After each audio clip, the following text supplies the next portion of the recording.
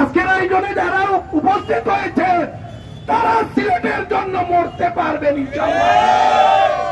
আসুন যুদ্ধে নামুন, দেখবেন কেউ পিছপা হবে না।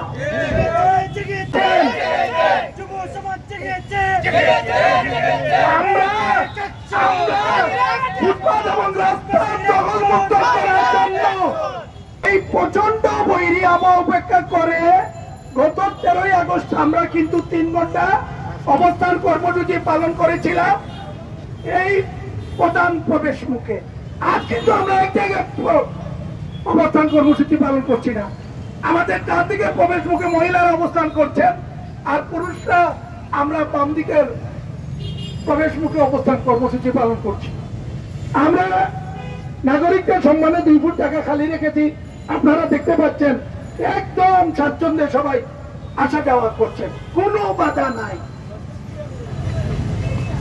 এর মধ্যে কতিপয় লোকেরা অনেক কথা বলছেন, শুনে ভালো লাগলো।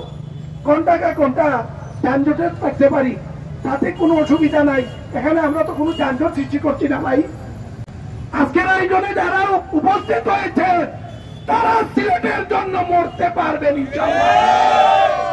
আসুন যুদ্ধে নামুন, দেখবেন কেউ পিছপা হবে না। অনেক বক্তারা বলেছেন আমরা ফুটপাত এবং রাস্তা দখলমুক্ত করার জন্য এখানে বসেছি। ভাই পুনর্বাচন করা আছে, হকার মার্কেট ধনীদের মার্কেট, এটা হকার মার্কেট নাম পরিবর্তন করা দরকার। এটা ধনীদের মার্কেট, যাকে বরাদ্দ দেওয়া হয়েছিল সে বিক্রি করে। এখন এমন এমন ব্যবসায়ী আছে কয়েক কোটি কোটি টাকার মালিক, সে নিজেও জানে না, সে কিন্তু সেই ধনী মার্কেটে অর্থাৎ হকার মার্কেটে থাকে।